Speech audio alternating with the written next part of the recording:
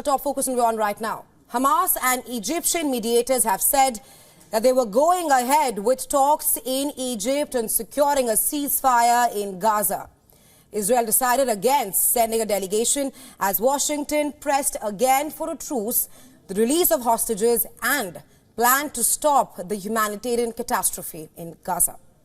The ceasefire talks are billed as a final hurdle on the way to securing a ceasefire in time for the Muslim fasting month of Ramadan, which begins on Sunday. Israel has declined to comment publicly on the Egypt talks. Two Egyptian security sources said that the mediators were in touch with the Israelis, allowing negotiations to continue, despite their absence, that is. A Palestinian source close to the talks said that the discussions remained uneasy, with Israel sticking to its demand for only a temporary truce to free the hostages. Hamas is seeking assurances that the war would not start up again. The Biden administration stated that a temporary ceasefire was essential to a hostage deal and urged Hamas to accept the terms currently on offer. In a sign of the strained ties between Washington and Israeli Prime Minister Benjamin Netanyahu's right-wing government, Vice President Kamala Harris on Monday hosted Benny Gantz. The administration said in a statement that Harris discussed the urgency of achieving a hostage deal and expressed deep concern about the humanitarian conditions in the Gaza Strip. Now, Gantz is a long-time Netanyahu rival who joined his war cabinet in a national unity pact at the war's start. Netanyahu has not been invited to Washington since returning to office a year ago. Now, White House National Security spokesperson John Kirby said that U.S. is still hopeful to conclude a ceasefire for hostages deal by the start of Ramadan, but Hamas had not yet agreed.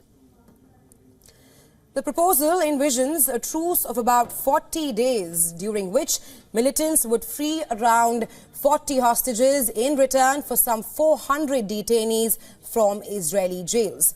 Israel would pull back from some areas, more aid would be allowed into Gaza, and residents would be permitted to return home.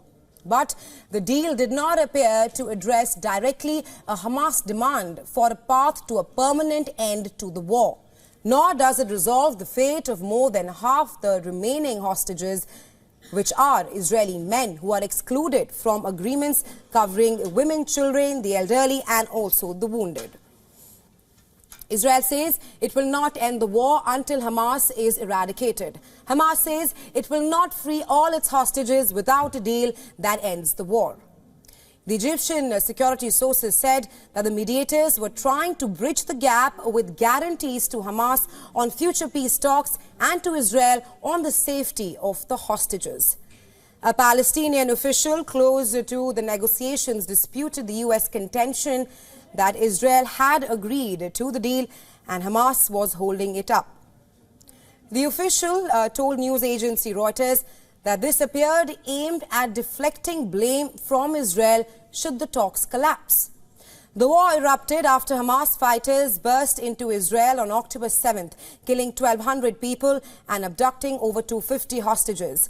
According to the Israeli tallies, these are the numbers. Well, on Monday, a team of UN experts reported that there were reasonable grounds to believe that sexual violence, including rape and gang rape, occurred during the attacks on Israel.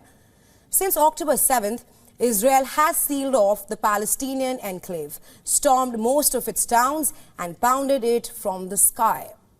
Palestinian officials say that more than 30,000 people have been confirmed killed, with thousands more made homeless. The UN says hundreds of thousands face famine as of now. Israel recalled its ambassador to the UN as tensions erupted over the handling of allegations of sexual assault by Hamas militants. Israel has accused the United Nations of taking too long to respond to the claims. And at the heart of the increasingly bitter row is the embattled UN Agency for Palestinian Refugees. It has already seen funding pulled by multiple Western countries after Israel accused about a dozen of its employees of involvement in the October 7th attack. On Monday, UNRWA said members of its own staff had been tortured by Israel, even as the Israeli military said that the agency had employed more than 450 terrorists.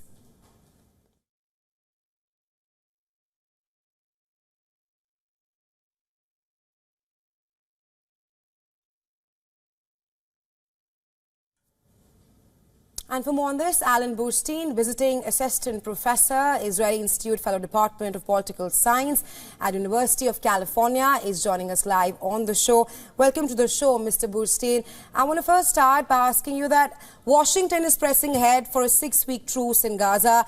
But there are sticking points here. Number one, Israel says it will not end the war until Hamas is eradicated, while Hamas says it will not free all its hostages without a deal that ends the ongoing war. In such a scenario, how do you see the mediators bridging the gap between the two warring sides? So first of all, good morning and thank you for having me. I think that what Washington is hoping to achieve and how Qatar and Egypt are trying to frame this to both sides is, let's just get the first phase done. Hamas is demanding, as you said, an all-out ceasefire and IDF withdrawal from the Gaza Strip. Israel is stating that it is going to eradicate Hamas, it is going to invade Rafah and Deir el-Balah and destroy Hamas.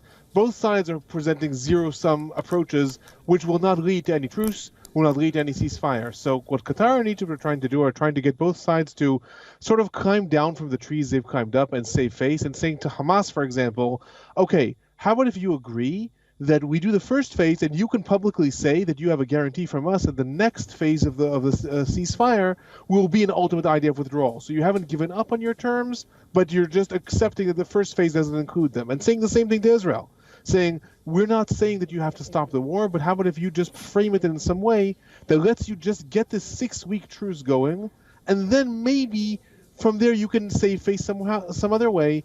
What the United States is hoping is that if a 6-week truce is called, that both sides will be tired of the fight. That after 6 weeks, they will not have the energy to go back to full-on fighting, and then they will be almost be forced by their own internal populations to then develop the second and third phase of the truce, which will lead to that ultimate ceasefire, which Hamas at least says it wants. That's at least the hope in the United States. That's why they want that first phase to just be achieved any way possible.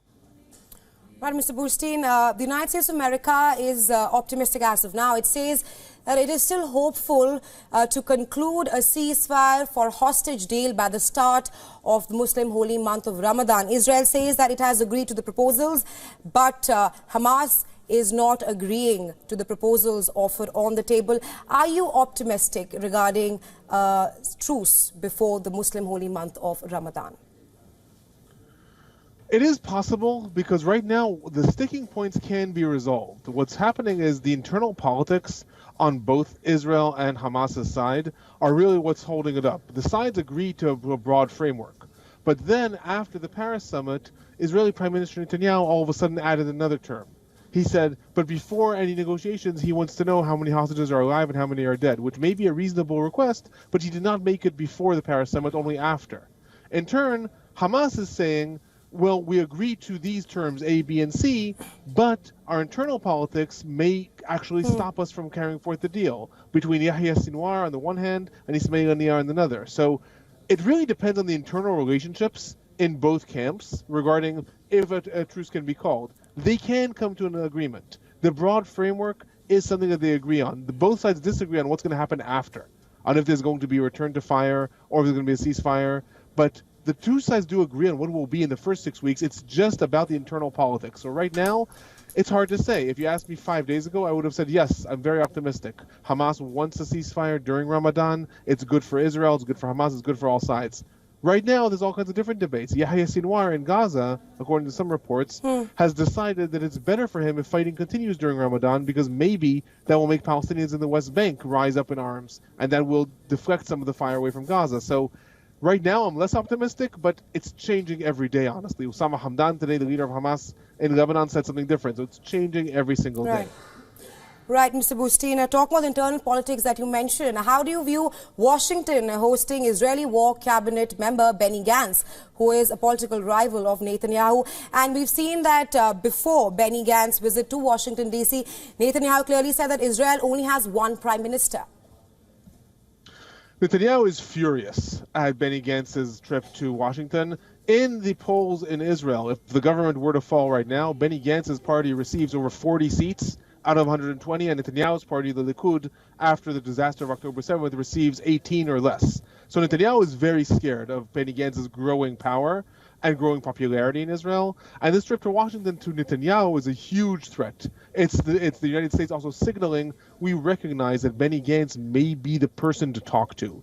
He may be the one who at some point, if the government in Israel falls, may be the one who can help us to deliver on what the United States wants to see in the region, this normalization with Saudi Arabia, possibly a Palestinian state. I think that's what Netanyahu is fearful of, and I think that's what Benny Gantz wanted to achieve. In turn, from the point of the United States, I think that them talking to Benny Gantz is just them trying to see who can help us in the Israeli government. The Israeli government, we spoke throughout the last year. We spoke about the Israeli government. It's a very hawkish right-wing government. And Benny Gantz is sort of a moderate voice. He's a voice of reason, and he's a very strong member in the war cabinet. And like I just said, he's very popular in Israel. So I think because of that, the United States is saying, you know what, wonderful. You want to come visit us. You want to talk to us. Let's see what we can get out of you. Can we convince you to let more humanitarian aid in? Can we convince you to delay an invasion to Rafah? Can we convince you A, B, and C? So I think for Benny Gantz in the United States, it's a win-win, and it's a loss for Netanyahu, which both those sides, Benny Gantz and the United States, are very happy that Netanyahu loses from this. Right, Mr. Boostin, thank you so much for taking our time and joining us here on WION with your insights.